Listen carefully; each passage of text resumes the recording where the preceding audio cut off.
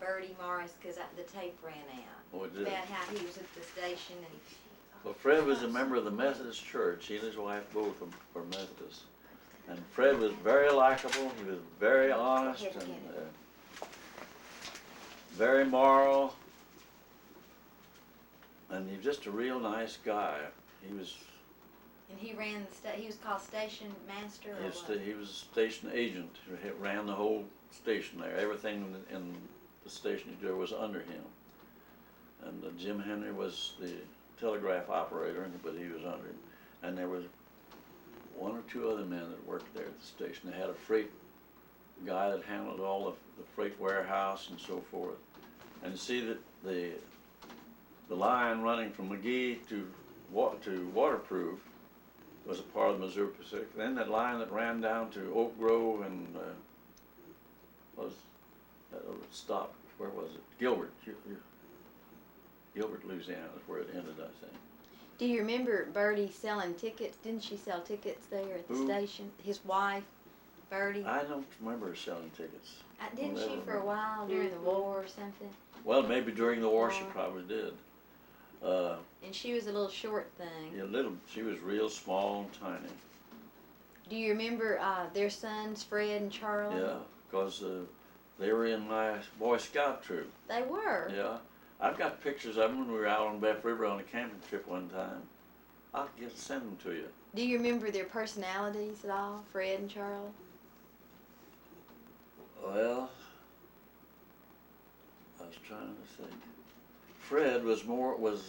Charles was more outgoing than Fred by far. Fred was more quiet and Charles was outgoing and more jolly than his brother. But they were both real nice boys, and they entered into everything. What do you remember about Chloe as a young girl? Do you remember much about Clotilda? Well, let's see. She was spoiled, wasn't she? She was what? Spoiled. No, well, I don't know if she's spoiled or not. I remember Dot more. I remember when Dot was a little tiny child. She walked on her toes all the time. She just walked on her toes all around over the house, or she was barefoot in the summer. She walked on her toes.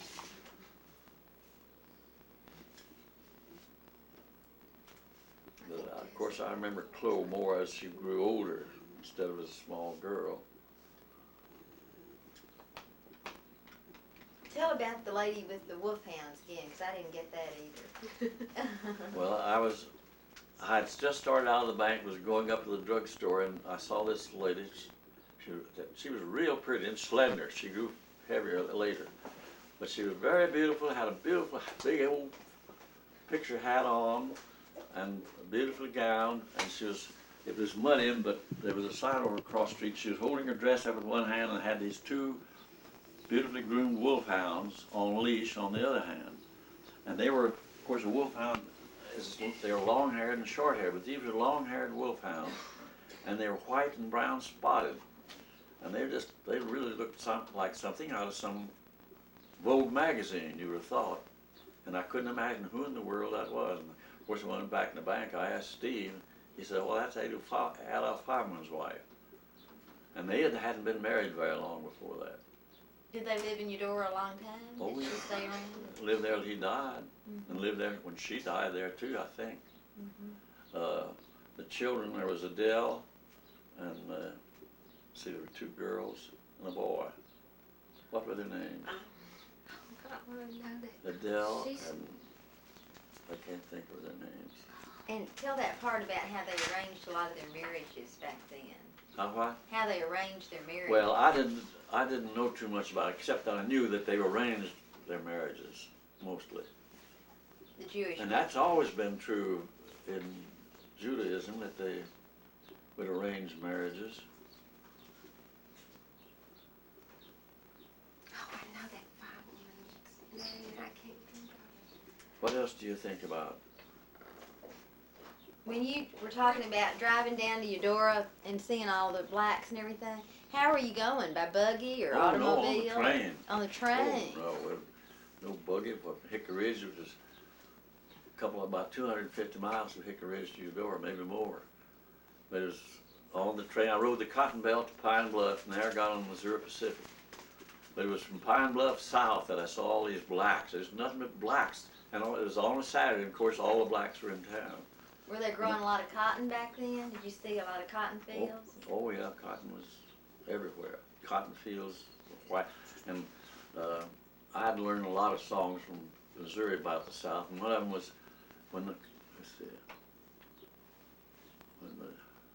on the Mississippi, when the fields are snowy white with cotton, and on this train down, I saw all these cotton fields full of cotton and snow, and I thought of that song that I'd learned back in Missouri about the cotton in the South. Did some of our family get kicked out of church because they played cards? Or is that a wives' tale? Whose family? The Cashions down in Eudora. Well, our family at Perryville, my mother and father, they thought it was sinful to play cards. And I know one night I spent, for some reason they had me spend the night with Aunt Lunette and Uncle Vince Frio. They were both Catholics, and of course cards was all right. They had card parties. And Uncle Vince taught me to play some kind of a card game, and when I got home the next day I was telling Mother and Dad about Uncle Vince teaching me how to play cards, and they got so mad at Aunt Lunette and Uncle Vince because it taught me how to play cards. Of course they got over that, they eventually, and they thought dancing, you shouldn't ever dance. But I used to sneak out at night and go to dances. When they found out about it, they eventually agreed. I went to a masked ball one time, and I probably was 16 years, 17 years old. Anyhow, it was held in an armory, and I wasn't supposed to go, but anyhow, I borrowed our preacher's. He had a frock coat, a Prince Albert coat, came down about to his knees with buttons up and down, and a derby hat that he always wore, this derby hat. And I borrowed that. I didn't tell him what I wanted to borrow it for. I told him I was going to a party, but I didn't tell him I was going to this dance. And I put this hat on and this coat, but I put them on backwards, and I had a pillow, because Mr. Killer was fat, and I had to have a big stomach to use that coat. Put a pillow in my stomach, and I put a false face on the back of my head, and I had the coat buttoned into my back, and the pillow was at my back, and I had back over my face back here with two little tiny slits so I could see. And I went to this dance, and I won first place for costume. And of course, that got out because Bert and Lon Layton are both Catholic, and Phil Zeller was a Catholic, and they went to dances. They didn't think anything about dancing. And they were telling the post office about me winning this thing. And boy, Mother and Dad, they first gave me a good talking to, and then they had to laugh about my borrowing a preacher's coat and his hat to go to this masked ball. Well, down in Eudora, did Uncle Ben play cards and get kicked out of the church or somebody? Don't y'all remember hearing stories about that? Well, the Baptists there sure didn't believe in playing cards. They were very Eudora? strict. Don't y'all remember that? I remember Daddy telling that Aunt Gladys made him quit playing. They used to play cards in the back of Daddy's store or something, and Aunt Gladys found out about it, made him quit.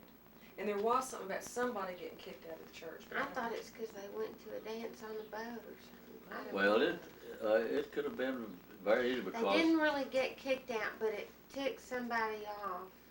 now when we lived, after we married, Mary and I married, we played bridge all the time. And Mrs. Granberry and Jimmy and Robert, they were Baptists, but they still played bridge. But Did they just keep it quiet, or we didn't. We didn't hide it you just particularly. didn't talk about it? But both Methodists and Baptists were against bridge card playing of any kind. What did they do? What could they do? Well, You mean for fun, or what could they do about have it? picnics. And, Yeah. but I remember later, there at that, what do you call that place down in the park? American Legion. American Legion. Harold's kids, when they were doing, what was that dance that where they just did all kinds of, I remember one of Harold's boys, he was dancing, we were in that to watch them, and he was dancing this girl, and he would take her and throw her, she'd get her back, and he'd throw her over his shoulders. The Lindy, or Or the Charleston? or the Jitterbug, or Jitterbug. Jitterbug. The jitterbug. And I forget this boy, he was one of the young ones, wasn't He he? was, that was the one that was married to Jimmy. Oh, But he was a good jitterbugger. And he'd take his part, and they'd get their back together, and he'd throw her over his shoulder, and she'd land on the floor in front of him, and they'd start dancing jitterbug again. I thought of the Fableman girl's name, Carolyn. Who? Carolyn Fableman. Carolyn and Adele, and what was the boy's name? Joseph. Joe Fireman. Joe. That's right. They Eddie they Boy. later moved to Little Rock, didn't they? Cause see, I didn't know them, but after I moved to Eudora, well, she owned land that joined us. Carolyn Fableman did, and I can remember hearing tales of her coming down and checking, and she didn't like the way something was done. She would raise heck. Eddie Boy was the Uncle Eddie Boy, Harold's. that's the one. That's the one that's doing the jitterbug. Mhm. But that was much later on, and I think the fact we were living in Oklahoma City at that time. Were you living in Eudora when the flood came? Oh, yeah. Tell us about the flood. Well, it's, what year, 1927, wasn't it? That's when the Ohio, the Missouri, and the Arkansas, and the Mississippi all flooded at one time. They had terrific rains in the watershed of those four rivers.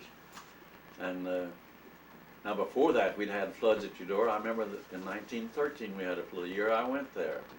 And I remember riding the levee. When the Mississippi was in flood, people on both sides, the Mississippi side and the Arkansas side, would ride the levee. You had horse riders and you had walkers. The horse rider was supposed to see that all the walkers in, say, a district of 3 miles were walking and watching. And they would walk, I think it was 4 or 5 hours at a time, and then be relieved by somebody else. But and then horse riders would ride that 3 miles to see that all the walkers were watching. And people from the Mississippi side would come over here to blow up the levee here to reduce the pressure on the Mississippi side, and vice versa. Arkansas people would go over there and blow a hole in the levee. And these guards were to keep in front. They carried guns always, and a lantern.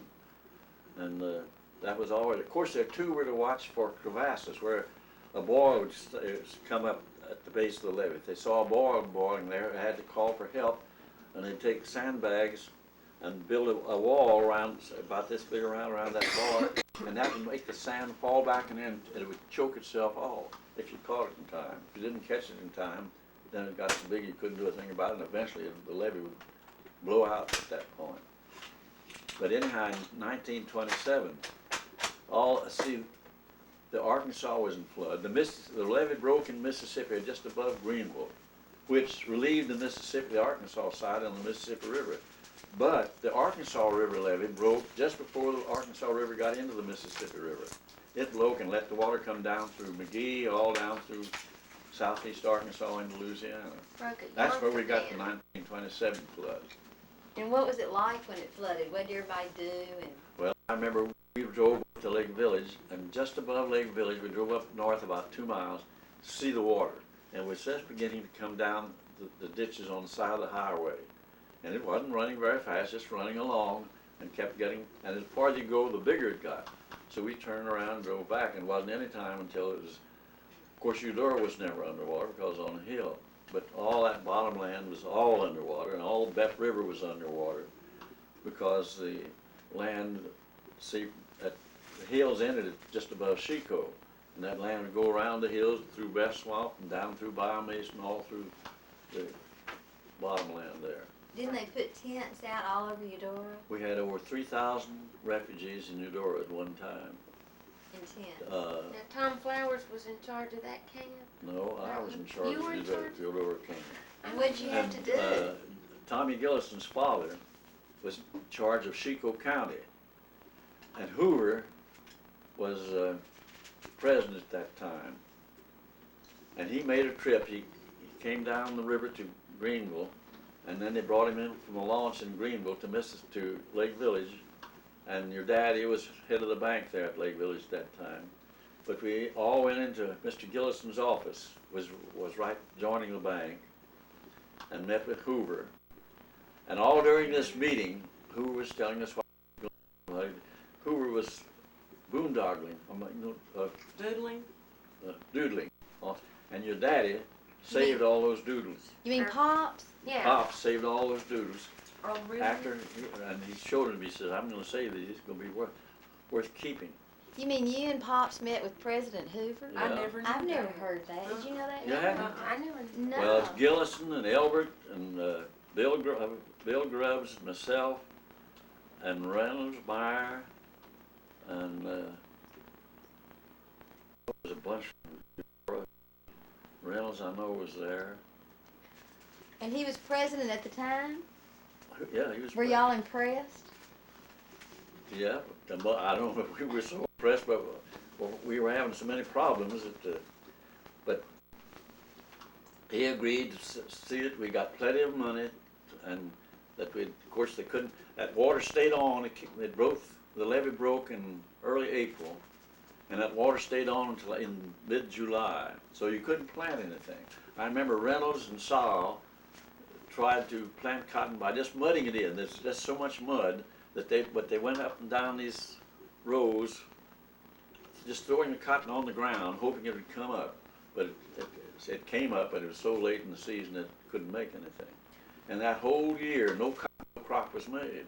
And the U.S. government would send rations. We rationed all the tenants and all the plantations all that year, up until the next spring. Well, when you were in charge of that tent camp of 3,000 people, did you have to see they got food and? Well, we had it all organized. The Red Cross came in there. We had an Army colonel in there. And this Army colonel, we asked him, well, what should we order in the way of rations for all these people? He says, well, for breakfast, I'd give them a poached egg and some toast and orange. We says, listen, you expect these, we call them niggers, you expect these niggers to eat orange juice and poached egg and toast?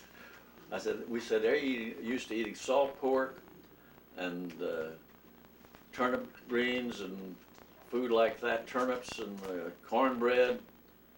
But he was going to feed them stuff like that that you'd find in some fine restaurant.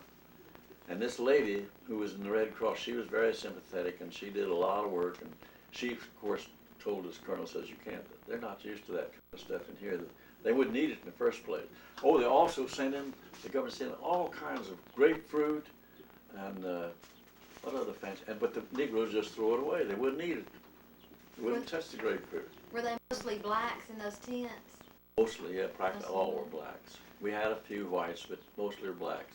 And Tom Flowers was in charge of the cooking. Yeah, Is that what you wanted? Yeah, because I've heard him tell about that. And I just Tom was in charge of cooking for this camp. And that was a big job. All I did was see that we got supplies in. I remember I went out down in a rowboat to Grand Lake and got on what was the big boat that used to carry the oil for Standard Oil? I don't know. Right, big old boat. Just a few of us got in and took us up to Greenville, where we met with some Corps of Engineers up there about getting some supplies in and gasoline for the motorboats. See, we had a lot of motorboats with little old motors on them and no gasoline. And we went there, just 4 or 5 of us on a great big old boat, right up the river and landed at Greenville. And of course they brought in supplies from Vicksburg, always from the Corps of Engineers, because they had these big boats and come up there and we'd meet them at Grand Lake, small boats and stuff, Eudora. Also, we could get stuff on the Eudora Gilbert line that went down to Oak Grove and down that way. They could bring stuff in from Monroe into Gilbert, Louisiana, and come north on that into Eudora. We got some supplies that way. We couldn't get anything from north at all. Did anybody drown in the flood? Did they have any deaths? Very, very few. Very few were drowned. Was Lake Village underwater? Parts of it. Right against the lake bank. Never got underwater, really. Right there in front of the lake shore. But all just Main down the street, Street. down the railroad, that was all underwater. I went And and about halfway from the railroad, well, more than halfway up to the lakefront was underwater. Now the bank never did get under that part of it, because we met in Gillison's office there with Hoover. Well, who has the doodles? Hoover's doodles. Well, your granddaddy's the one that had them. I don't know what he ever did with them. Okay, I've got all the doodles from the bank board. He saved the bank board's doodles because I've got Reynolmeyer's Well, you have. doodles and all Well, you don't have Hoover's? No. Well, they already had them. Someone must I bet have you he them. put them in that big old book that you all gave to. Do you think we could get that back? I doubt it. I bet you couldn't. They couldn't even find it up there. Why did That they was want to do that was a great. He had that book made specially. There were Well, two he had- of he them. had Real one heavy more. leather. Two of them. And I thought at the time that I really didn't think y'all would give that to that museum up there. But he had those doodles of Hoover's, and he was so proud of them. And he showed them to me. He said, "I'm sure glad he's going to be really collectible." I've never heard that before, Me so I don't know neither. where they'd be. I don't. Well, I'd like to know. Do you where they remember were. the oil boom in El Dorado when some people went over for that? Did you go? Well, let me tell you about it. I was in Eudora. I was assistant cashier of the bank there at the time. Jim Hammond Jim had been in the Bank of Eudora, and he had been promoted up to the bank in Lake Village. And we had a lot of bank transactions together, and I went up one day to see Jim about something. And he said, "Let's go down to the saloon and have a glass of beer." So we went down to this saloon. I forget the name of the guy that ran it and owned it. And they were back at a table in the back end of the saloon were four men. Abner Gaines, who was circuit clerk. I forget the name of the sheriff. Anyhow, he was well-known sheriff because he was one of the flamboyant sheriffs. And one other county official and another man. Jim took him back and introduced me to all of them, and one of them was H.L. Hunt. And after we went back and had our beer, and Jim told me, said, H.L. Hunt he makes his living gambling. He just gambles and plays poker in the saloon. That's where he makes his living. But he had married Mattie Bunker from one of the nicest families at Lake Village. And Hunt was really a nice guy, except he was a gambler. And they brought in the oil field over, so H.L. Hunt decided he'd go over there and run a gambling joint. And he did. And in one of the gambling debts, he took in an oil lease on a gambling debt. And it was drilled, and he had a good well. And that's where H.L. Hunt started. But he was just a plain old saloon gambler there in Lake Village. But he was a nice guy. He was originally from Illinois. And he married this Bunker, one of Nelson Bunker's sisters. And she was just as nice as she could be. And he was a nice, well-mannered sort of a guy. He wasn't just an old saloon hanger-on. But that's the way he got started. Didn't a lot of people from Lake Village ride the train over to El Dorado to try Oh, to make yeah. their fortune? Did Pops go, or did somebody No. in our family go? But I tell you, I went over. I didn't go over there about oil, but our presbytery met over there at one time, and old man Murphy, who later headed the Murphy Oil Company, was president of the First National Bank, and he was a big Presbyterian elder. And the presbytery met over there, and we went to El Dorado, and it was just the beginning of the oil boom. And I thought it was just a lot of silly foolishness. Anyhow, I remember old man Murphy. One hand was crippled, like he couldn't use that one hand very much. And he was a very religious sort of a guy. But his bank had accumulated a lot of land through foreclosure. People couldn't pay the debts, and he'd take deeds to the land. And he owned a lot of land in El Dorado, and of course they got on all of it. And the Murphy Oil Company became one of the biggest companies in Arkansas, and still is a big oil company. Do You you know, know? Sandy worked for him for a while. He should never have left them. He started out working for them, and then he left and went to the Marine Oil Company. If he had stayed with Murphy, he'd have been a big shot in it by now. Do you know anything about Lindbergh's flight over Lake At Lake Chicago? Village? Well, you've seen the statue up there on the lakefront. I just remember I remember when he landed there, but I didn't see him. I wasn't in Lake Village. But you were living down there at We that were living time. at the time. That was after World War I. And at that time, a lot of the pilots in World War I, those planes were these old open cockpit Jennies. Some of them were biplanes, some of them were single planes, most of them were biplanes. but one came to Eudora, and it landed in Dr. Scott's field right down in, on the Mason, right in front of Eudora, about where that clothing factory is. And they were charging, he was charging $5 for a ride.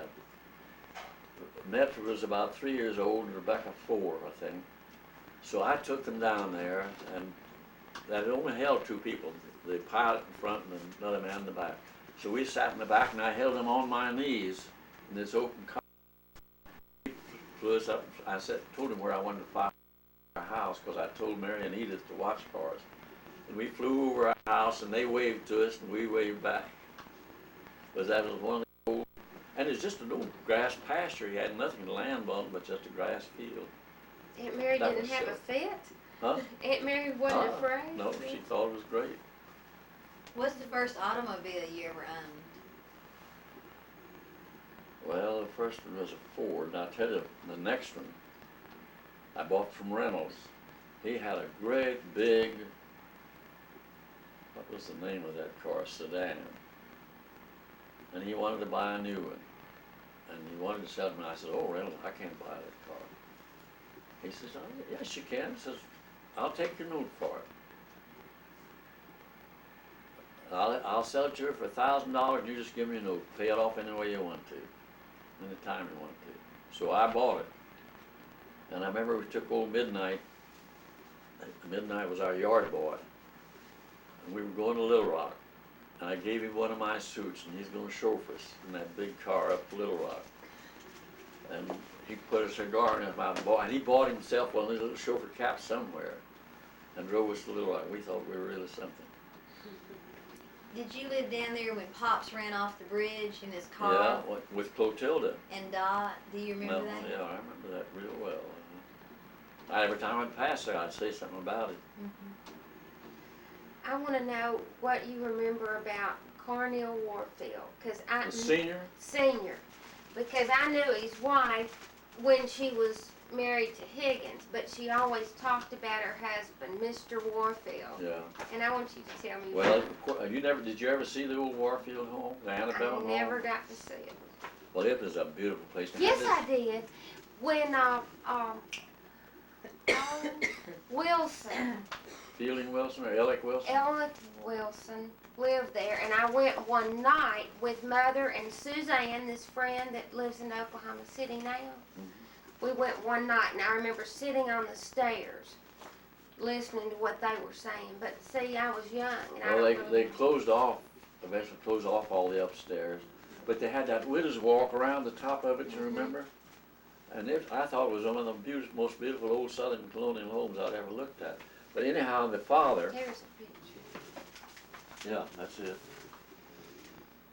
I went to see him when he was dying. See, when the Hilliard estate, before we had the lawsuit, things were tough then, and I had loaned Carneal $5,000. I'd loaned Dr. Anderson, I think, $5,000. And Harry Cook had loaned $5,000. And I don't know I don't think Reynolds ever borrowed any money from him. I don't think he ever needed to. But anyhow, when he was dying, I went out to see him, and he was in this room right over here, and in bed, in the great big old walnut bed. And he was very weak, and of course, I knew he was dying. But Miss Mary, you remember Miss Mary, his sister? You don't remember her? She was a character. See, I knew Olivia, his wife. Well, Olivia was Boo was is who C. I- Warfield's wife. She Right. was from a real nice family at Tallulah. Tallulah, that's right. But Miss Mary, his sister, she was an old maid, and boy, she'd get her cheeks real painted up. She'd paint her eyes, and she dressed fantastic. She had the most wild clothes you ever saw, and she flirted with all the drummers. She'd come up to the apartment hotel at Eudora, and she loved to go up when the drummers came in on Monday, and they'd stay all week and work out of there. And she used to flirt with them, and she was ugly as homemade sin. And she had very coarse features, but she would dress up, and she talked incessantly and talked very foolishly. She just carry on. Well, tell me what Her he. brother, of course, she had no means of support except him. He took care of her. And he was always embarrassed by her. He never went around with her about that. But what was he like? He was very quiet, and he was well educated, but he was very quiet and very methodical about things. He wasn't one of these bragging kind or anything. I always thought his wife talked quite a bit, but he never talked very much. He was one of these, he kept his words to himself. But I liked him. He was a tall guy, much taller than his son, Cornel Jr. Do you know how he came to be there? I just remember something about a riverboat, but I can't. I don't know. The Warfields, as I recall, it was a famous Southern family at one time. But I don't know the origin of them or anything like that. But of course he had some real good land there. That was really very productive land. Do you remember Mama's mother, Mrs. Stevenson? Yeah, she was redheaded, and she had a big garden, and she'd work in that garden just like a man. She just worked hard. And when she was working the garden, she'd wear what we'd call a moo-moo now. It's just, we used to call them Mother Hubbards. Mm-hmm. They could just come from your shoulder on down, no belt around them or anything. But she'd be out there with a big straw hat on, just working herself to death in that garden. I've seen her do that so much. But when she came to town, she would always dress up to come uptown. But she didn't come to town very much. She was a stout lady, wasn't she? She wasn't real stout. She was stout, but she wasn't overburdened with that because she worked too hard. But she was red-headed. I remember that. And Mr. Stevenson, as I recall, was black-headed. Mama's told us on her tapes they had one of the first bathrooms in their house. They had a big bathtub, and they had a phone. And Carol said some people were shocked they had a bathroom. Didn't you say that? Well, Alvin's daddy just couldn't imagine that they had an indoor bathroom. Because he said he didn't remember that anybody did. Well, of course, the first house we had one. We took our baths in a zinc tub. And then I built a house where the Bowmans live. I later sold to the Bowmans, but in that we had a bathtub, but no plumbing. The water. They didn't have underground systems. We had above ground systems. We had big zinc tanks on brick or concrete legs, and you could run the water from that into your bathtub. And you had faucets on the outside so you could water your lawn from that faucet by hooking them. Would it be a hot bath or a cold bath? Well, there's a cold bath unless you heat it. You let cold water in and you heat water on the stove to warm it up so you get it the right temperature. But then when we built our next house, by then we had water service in Eudora and regular plumbing. Tell me what you remember about Alvin's grandmother, Florence. Anything? His grandmother Florence. Reynolds' wife. Yeah, she was from St. Louis, and her family name was what? Moss. Moss, that's right. And they had this optical company in St. Louis, didn't they? I don't know. Yeah, it was a big optical company. They were a wealthy family, and her brothers, she had, Edgar. I think there were two brothers, weren't there? Two Moss brothers. They used to come to Eudora with their wives and visit Reynolds and Florence. And of course, when they did, the Jewish community always had parties for them while they were there, and their poker parties and big dinners. But you don't remember her so much? Not too much, no, I don't. She visited back and forth in St. Louis quite a bit. And Reynolds moved to St. Louis at one time.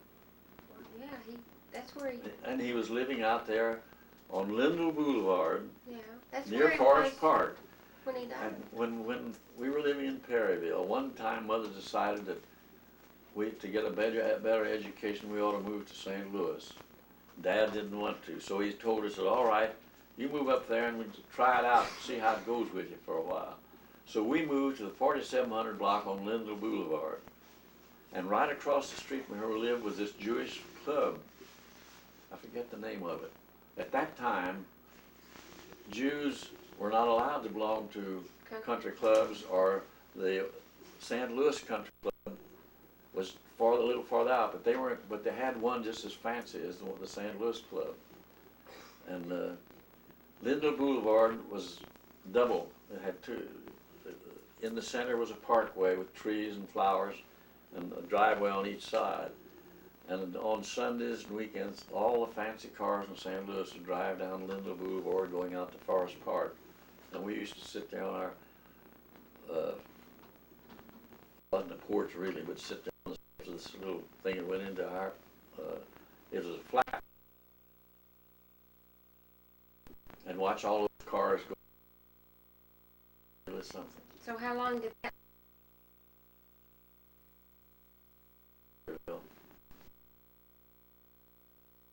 How did that come about? Ben and they had,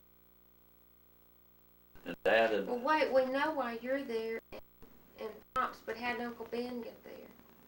well, Ben, World War I broke out.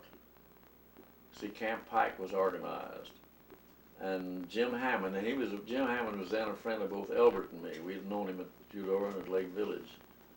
And the Worthen Bank, Jim was heading, put in a branch out at Camp Pike.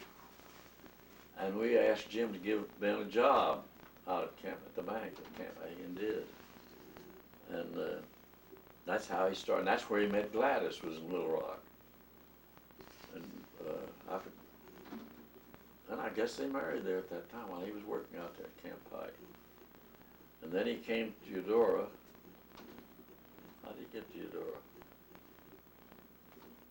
I just don't remember.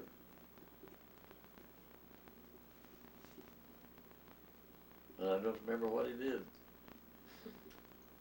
He worked in Memphis for a while. He also worked in Vicksburg, I think, for a while, before he came to Eudora. Well, okay, if you don't remember how he got there, how to tell about your parents coming. Well, Dad had been, he had owned and operated this newspaper for 37 years. And Mother wanted to move to Eudora, and he decided, well, he'd just quit the business and retire. And he sold the paper to the boy that he took in at 16 years of age back in 1888, to him and a cousin. No, it really wasn't a cousin by marriage, Harry Guth. Sold the paper to them, and then he moved to Eudora. And at first they lived in right there close to Ms. G. Smith's house. Well, right where Ben's house is now. They rented a house there. And then I built them a house there, that little house where they lived in it when you knew them, a little white house. And how long did Ida Rebecca live after she moved to Eudora? She died in 1926, and they moved there she didn't live long after they moved there. She had had tuberculosis when she was, right after she first married. And I remember Dad had a tent up in the yard. She used to sleep in this tent to get the fresh air. And she had an arrested case of tuberculosis. And then when she got to be 56 years old, she caught this cold, and it developed that the tuberculosis hadn't been entirely erased, and she got pneumonia, and that's what she died of. Tell us about his second wife and how he knew her. Well, he knew her through, she owned and operated a newspaper in Pacific, Missouri. And Mother and Dad used to go to the conventions of the newspaper publishers of Missouri. They used to have conventions once a year, all the publishers in the state of Missouri. And they apparently met her at that, because I have a picture of them at St. Louis. Mother and Dad are there, and then behind them is, what is her name? Liza. Liza. And I guess that's when the Dad met her during those things, and she was a newspaper woman, and I guess he felt like they could talk the same language. I didn't want him to marry. I thought it was terrible. Did you get so you liked her and accepted her? Well, I accepted, but I was very reluctant. Very reluctant. And how long were Shouldn't have been. How long were they married? Oh goodness, I don't know. Who died next? Liza? Did he or- not, Liza did he not died wait first. very long or something to marry? Well, yeah, it was probably 2 years. I don't remember. I think it's about 2 years. And then Aunt Liza died, and then Carol knows somebody else he almost married. Oh yeah, that Mrs. She lived out in the what was her name? Well, I don't know, but, They had quite a bit of Hayes. good bottom land out there in the. Bright Hayes, it was her aunt, her great aunt. I Who? think. It was Bright Hayes' great aunt, so I don't know if her name was Hayes or not. Hayes, that's it, Mrs. Hayes. Okay. Yeah, she was a real nice lady. What kept them from getting married? He died, Is that what it was? I think. He said, no, I don't think so. And her brother lived up on, he had a pretty home up there, just east of Chico, right before the, went into the bottoms, you remember it? Mm-hmm. That real pretty home. And she lived out, well, didn't Alan get some of Saul's land there on the north side of the road going to Grand Lake? Mm-hmm. Well, they had some land in there somewhere. Adjoining it. Yeah, adjoining that. Well, did you want him to marry Mrs. Hayes? I didn't, of course, we were living out here. I didn't, I met her and I thought she was a very nice lady. But, of course, I don't know how old Dad was at that time. He died when he was 82. And he ran that candy store, didn't he, across There from at the the school? schoolhouse. Well, you boys were real close to him, weren't you? Yeah, Dad, he and Dad, he and Mother were so altogether different. She was very, she was a perfectionist, nothing but a perfectionist. If she didn't get after him, he wouldn't shave but once a week. Oh, really? Did you go to the Chicago World's Fair that Pops went to? But Pops and I went to Chicago to an insurance convention together. We both were agents for the Security Life Insurance Company of Chicago.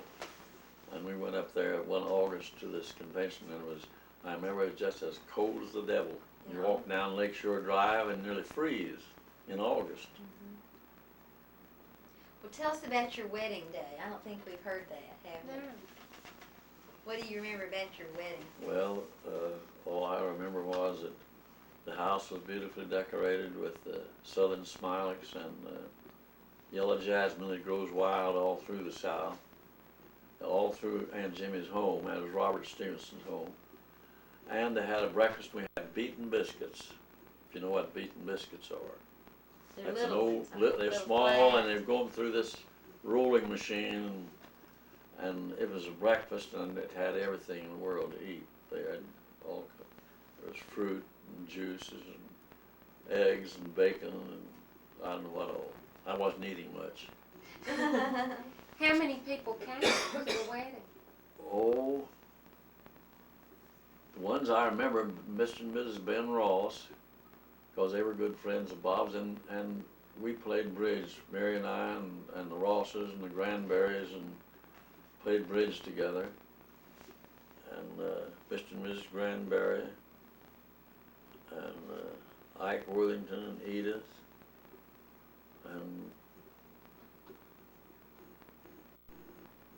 Mr. and Mrs. Stevens, he was the cashier of the bank, and Mr. and Mrs. Rexinger, and I think Mr. and Dr. Parr were there. Yeah, I just couldn't remember all the people who were there because I was too excited in what I was doing really. Did y'all go on a honeymoon? Huh? Did you go on a honeymoon? Is that the train trip you were That's the telling train us trip about? we Yeah. took. Where Right. the Okay, none of your family was there, and only Aunt E of her family? Not any of my family were there. Pops wasn't there, Albert? No, he was in Swifton. That cost, he wasn't making enough money to be running around like that either. Ike Worthington and Edith, Ike was my best man, and Edith was they stood up with us. That's the only attendance we had. Oh, and John Crabtree was there. Do you remember what you wore? No, I sure don't. I have no idea what I wore. But do you know what Aunt Mary wore? No, I have no idea what she wore. It was probably a white dress. Well, didn't she wear something at a party we came to that she had worn in her trousseau? A going away dress or something. You know, we came out here to one of your birthday parties, like when you were 80 or something. And she wore something. She wore a long black skirt that had been in her trousseau, I'm pretty sure. Maybe she did. I don't remember it. Now, you Or used when to- y'all had that big deal at your church, that big celebration, didn't she wear something? We might be thinking about the same No, thing. 'cause I At didn't go to which, his out of church. our church? I didn't go to his church, but I can't Well, that's a picture of our 70th anniversary up there. But Up there. I know we didn't wear anything we wore back there then. I'll tell you, she wore a lavalier that I gave her before we married, the Christmas.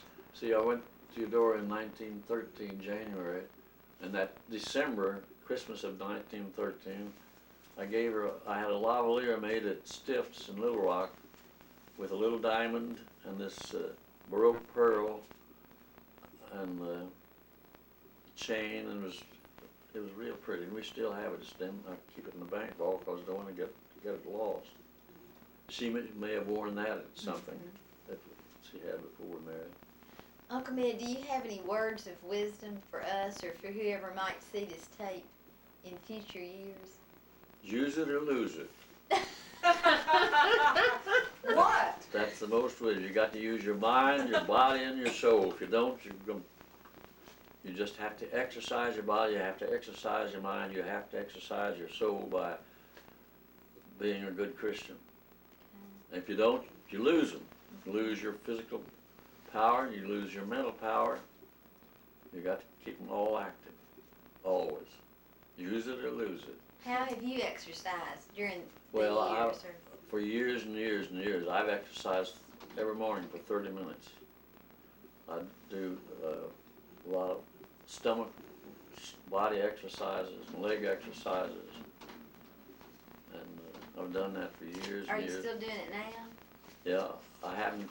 I just started again for about 3 weeks. I stopped after I had this round in the hospital and so forth. But you don't have to have a lot of equipment to exercise. And as I said, I used to be a advocate or a follower of Bernard McFadden. And I started exercising back when I was old, and I kept it up most of my life. What about food? Like that? Very moderate. Now last night I drank 2 highballs. They didn't do a thing for me, and I wish I hadn't drunk them. It just helped upset my stomach a little bit with all that food that late night. But we never drank. We just drank occasionally, and very small amount of that. How have you kept your mind so active? That's what people want to know. Well, you got to use it. See, I've kept my own books for years. See, in 1933, a CPA here in town, I had him set up our books when I was putting on Cash and Place Edition. And I'd never kept books like that. See, I knew about bank books, but not about private. And it's a system of cash receipts and disbursements. And everything has to balance every month. You have to, and at the end of the year, it has to balance, and you take your profits and transfer them to capital account and so forth. But he also, to protect us on income tax, he set up a partnership and got the federal government to accept that partnership, that we could make partnership returns each year and therefore get a lower tax. And the government recognized that back there and had recognized all of our lives. And of course, after I retired, well, of course, Dot used to keep books for me, and I've had others keep books. But after I retired, I do all our bookkeeping, and I keep everything right up to date. Every bit of income is shown, every bit of outgo is shown. I keep a little petty cash page in the ledger where I lie down all our cash payment, like if I buy something for cash, or if I pay cash for a meal. But I now strictly try to use MasterCard and Visa for everything. That way I just have two things to pay in a month. Now I'm dropping Visa nearly entirely. I'm using only MasterCard. Citibank, City Corporation in New York, and Bank of America, and different ones have offered me cards with a $5,000 line of credit. And I don't pay, it doesn't cost me, I pay $15 a year to the Liberty National Bank for Visa and MasterCard. That's all it costs me. I never pay any interest, because I always pay at the first of the month. And if you want to make money, Visa and MasterCard close their books on the 12th of the month. Make your bigger purchases after the 12th of the month. You don't pay them until 45 days later. For instance, after the 12th of March, I charge anything. I don't pay it April the 1st. I pay it May the 1st. No interest charges. And I get to use my money all that time. Do you read much? Read quite a bit. Well, Mary doesn't read so much anymore because it tires her. She'll read a while and she has to put the book down. But you But I still read a lot. What about television? Well, I don't care for television too much. I don't watch it much. I watch The Wheel of Fortune, which is just interesting. And I see that girl, how crazy she dresses every time. Vanna White. Yeah. But that's about, I watch the news, I get the news, and I used to watch Dallas, but I don't watch it anymore. I don't used to watch one of those other crazy shows. I quit watching it. And now, occasionally, for instance, we had, what was that show? America? No, I didn't watch that one. No, this is an old show. It was put on by Disney. Sound of Music? Well, The Sound of Music, we have that on, we can play that through the VCR. We have that. But The Sound of Music, we all, when the replay that, and those good shows we watched, or My Fair Lady, thing like that. But this one was, that had the Lion and the Tin Man and The the Wizard Wizard of of Oz. Wizard of Oz. We saw that not long ago in color. It was real good. Do you have any feelings about world peace? Do you have any ideas? I'm hoping that we'll have world peace, but it's until Russia changes her attitudes, and I don't think she's changing them. And she's boring from within. Russia's not taking us over from outside. She's taking us over from within, I think. For instance, this week, there have been ads on television here. Write to Senator Boren and tell him not to vote for the Contra money. Well, Boren voted for the Contra money, just the same. But who pays for that? Who pays? That costs a lot of money, and it was run every day for weeks, 3 or 4 times a day. And I just wonder who pays for it. Russia, I'm hoping this guy that there's in there now will get Russia away from trying to control so many countries and try to put Russia back where it should be economically and for the benefit of the people, instead of everything going for armory and military expenditures.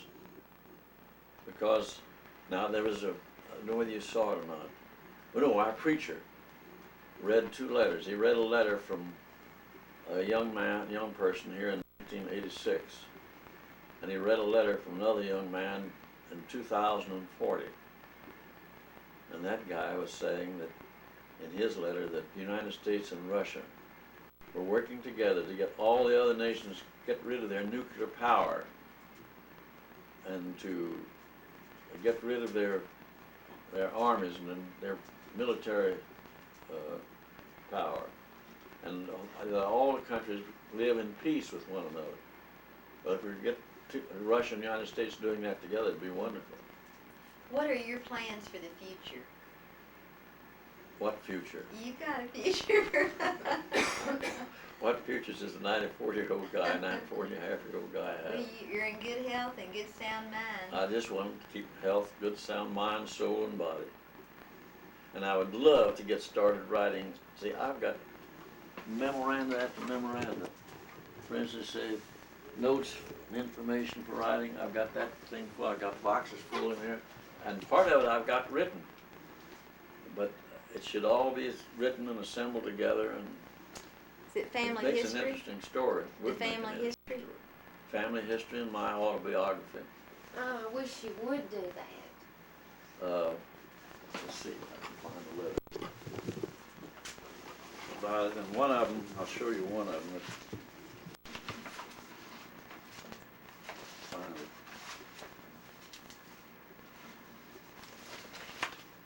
This letter this man was a congressman for 2 terms from not Perry County, but from southeast Missouri. And I worked for him one summer. He was building an addition onto the schoolhouse, and I helped dig the basement and helped mix the concrete by hand. We mixed all the concrete by hand to make the basement floor. The basement walls were great big blocks of limestone about this long, about this high, and I mixed the mortar for the stonemason and carried the mud to the stonemason on an old wooden hod on his shoulder. And in that he was complimenting me about working so hard, and also he built some buildings, public buildings, but he also built houses. And after that school was built, I worked for him nailing wooden lath in residences. At that time, when you plastered a house, you didn't have steel lath, or you didn't have the kind of stuff we not use now, where you just tack it on the wall. You had wood lath, and then the plaster would plaster that, and the plaster would go through between those laths and spread out back there, and that would hold the plaster on the wall. And he paid us, I think it was $1 1,000 to nail lath. And you might make 75 cents. Real good lath, you could make $1 in a day. But most of us just made 50 to 75 cents. But I worked for him one whole summer, not only just building that schoolhouse. But he was a fine guy, and his son was one of my best friends, and he became the architect for Ima Hogg's house in Houston, that famous show place. He was his architect, and I visited him one time in Houston, and he took me out there to the house, and she was still living, and showed us through it. But he died quite a number of years ago. But he was one of my best friends. He was the son of this guy here, this congressman. And this Clappick Lumber Company, Mr. Kiefner was running. He had an interest in it, but eventually he bought out John Clappick's interest. And he was one of his father and mother were German immigrants. Came over from Germany. But Mr. Charlie Kiefner, he married a Scotch-Irish Presbyterian, and she taught my cousin Leslie. We were in the Presbyterian choir. She taught us to start singing. We sang boy soprano in the choir. And then as our voices changed, she taught us to read music. We sang alto. And as our voice changed, we sang tenor. And we finally got to singing bass. But we started singing in the Presbyterian Church choir when we were just about 10 years old. And Miss Jetty, this man's wife, was the one that she loved music. She played a lot. She taught us to sing, taught us to read music. Uncle Med, this has been a real special 2 days. We have just loved being Well, here with you. And I know when you get it, it's going to sound crazy. no, it's not. It's going to sound Now, crazy. It's going to be. Carol and Diane, let's all introduce ourselves. Say But I who wish you I had are. this all down in black and white. Oh, I know. As I say, I've started it several times.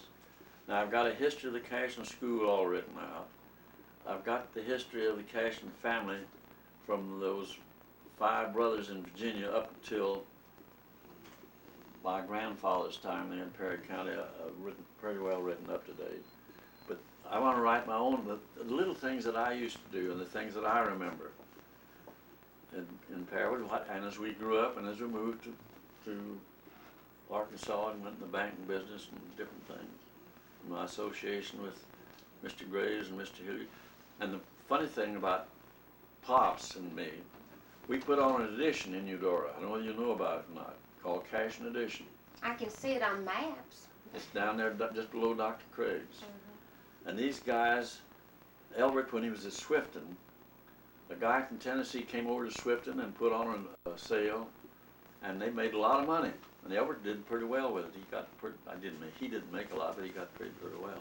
But anyhow, he had contacted a guy named Garth in New Orleans, who had one of these high-powered sales organizations.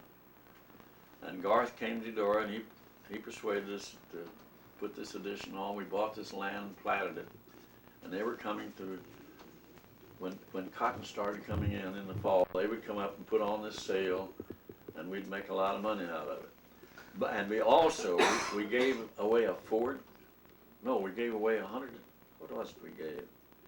We gave away a lot of presents. No, we didn't give anything at a high price. Ford car, I did that here in Oklahoma City. We had all kinds of knickknacks to give away at this sale, and I forget what they cost, but I remember when it was all over, Myrtle and Elbert got a pair of candlesticks, and Mary and I had something, I forget what. But we lost $3,000 on the deal.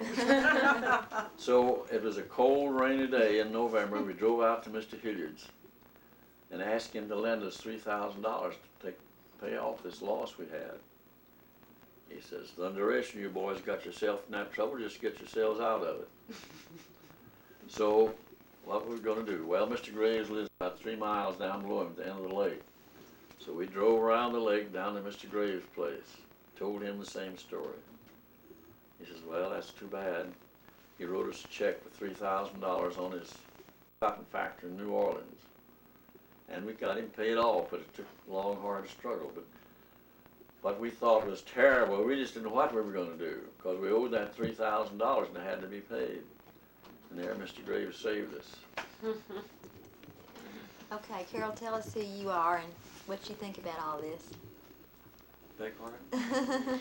I'm Carol Turnage Meyer, and I'm the daughter of Marlis Cashion. And we've had a great 2 days, but it's always great when we're with Uncle Med. He's just lots of fun. Get her to say something. He's going to. Hi, Diane. Well, let's see, who am I? I'm Diane Morris Hinkle. I'm Chloe Cashion's daughter. And Uncle Med has more energy than 3 of us put together. I'm worn out. He's fine. He has not taken a breath in 2 days. Well, Let I'm me not take doing you it, just through sitting here gabbing. And my wife says I talk too much. Okay. Okay. I'm the photographer. I'm Charlotte Morris John, and I'm also Chloe's daughter. It's been a wonderful time with Uncle Med. I think I'm going to get up in the morning and exercise for 30 minutes. Maybe I Sit down, sit down.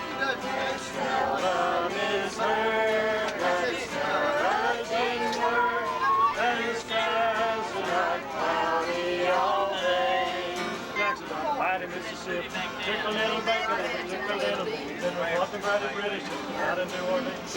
I'll tell you one thing, Bobby, did you hear what you told her, Daddy? Daddy is good, that's the best compliment he'll get the whole trip. know it. I love it.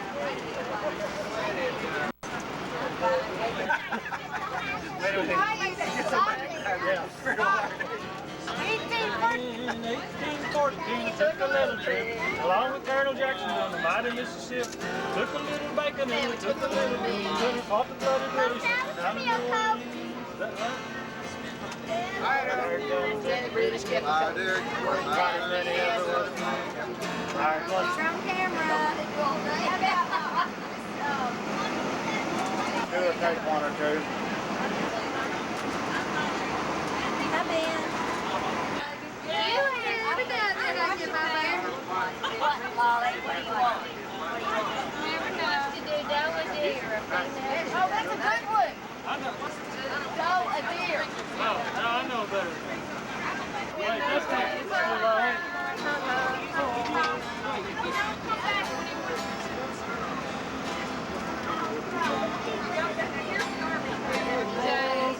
know, isn't that pathetic?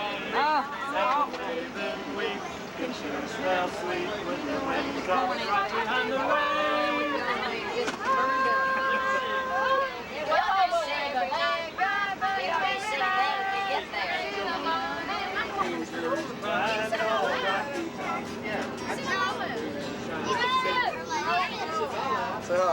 Hey now.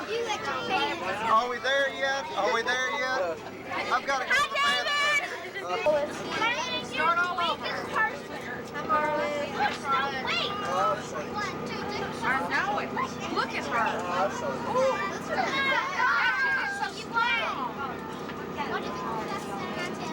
Yay, Clancy, you won!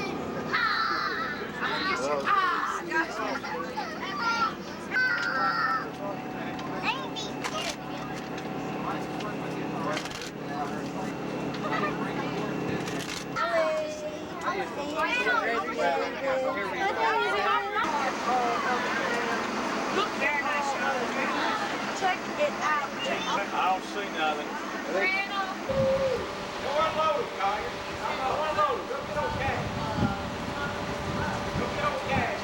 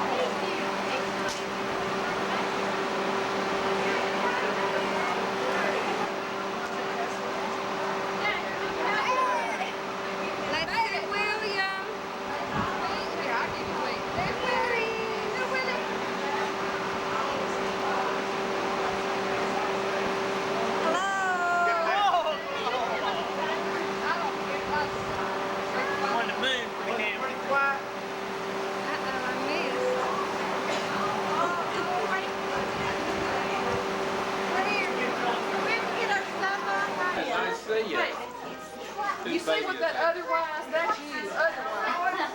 Why, he kisses me. You don't kiss what you're well. You got the key? You run right Well,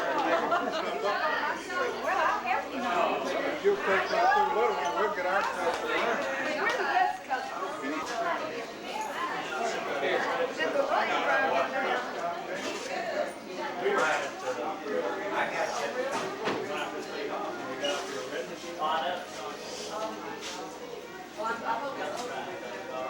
Did the rain drive y'all in? Did the rain drive y'all in? Let's don't advertise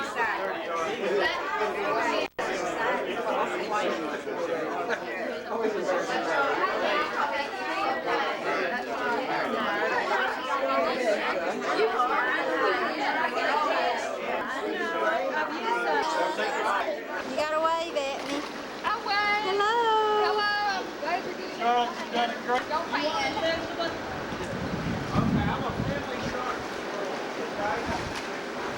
Parents having a hard day with the kids at a cowboy museum. Yeah.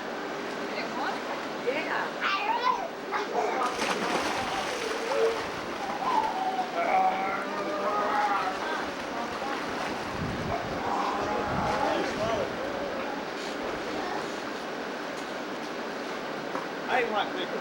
This your wife today? Yeah, but she's not in. She's in the Invisible right Well, I don't have my suit. I'm hot. Want me to read you the latest Oklahoma news? I've been Oh, good. Hi, Ted. My wife and I are talking about where we're going to go on our vacation, and Yes, y'all are on camera. Sandy, hello. Hi, Marla Slyer.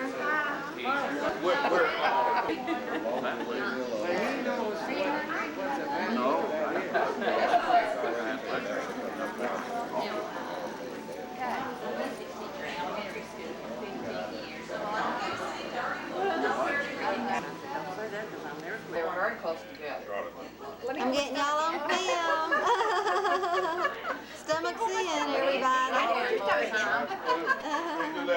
I'm getting you right now. well, I want to hold up something. Okay, let me zoom in on it.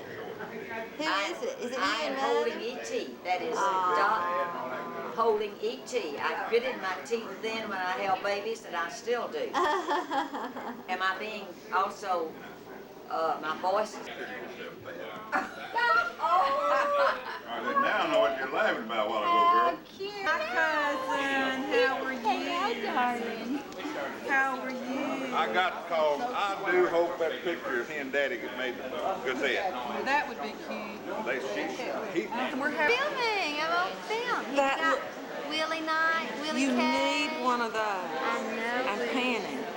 Isn't he sweet? Yeah. Look at him. He's little nice. And when you want to stop, you just push that button again. Oh, good. You can film everybody for me. He's the best. And try to push the button again. It's still filming. If I still feeling? Yeah, the red light's going. Now push it. Push that button, that gray button. Push it. Push it harder. Push it. This is Willie Knight Cashion, the youngest one on the bus. Richard's too cheap. He's been birthing too. I done had a birthday.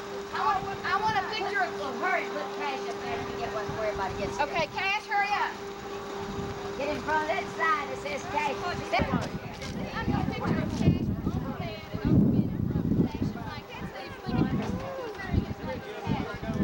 Hey, baby. Come on, get in here. If you're young in the legs, squat down. If you're young enough, Hurry up. come on. Come sit, squat. Between Sandy and Bobby. No further than Sandy. No further. Shane, you're too.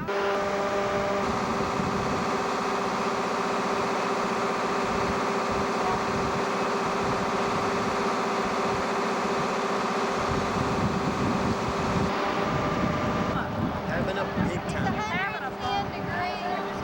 But we're cool. It's cool.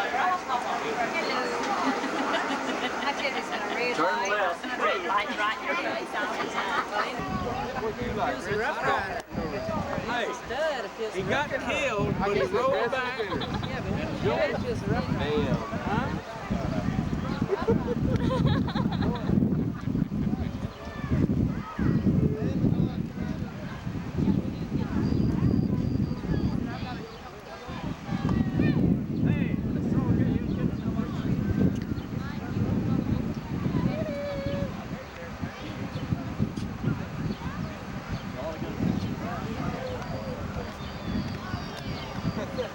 Granddad. Like choose one of the bacon.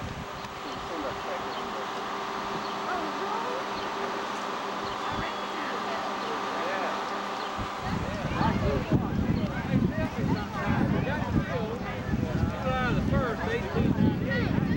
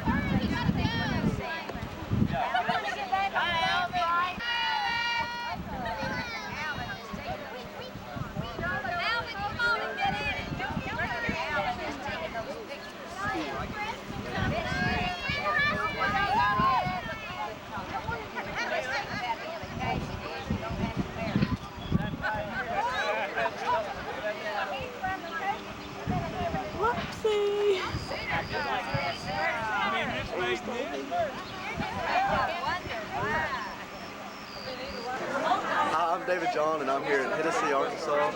And I'm here Oklahoma. And I'm here to interview Roy Cashion.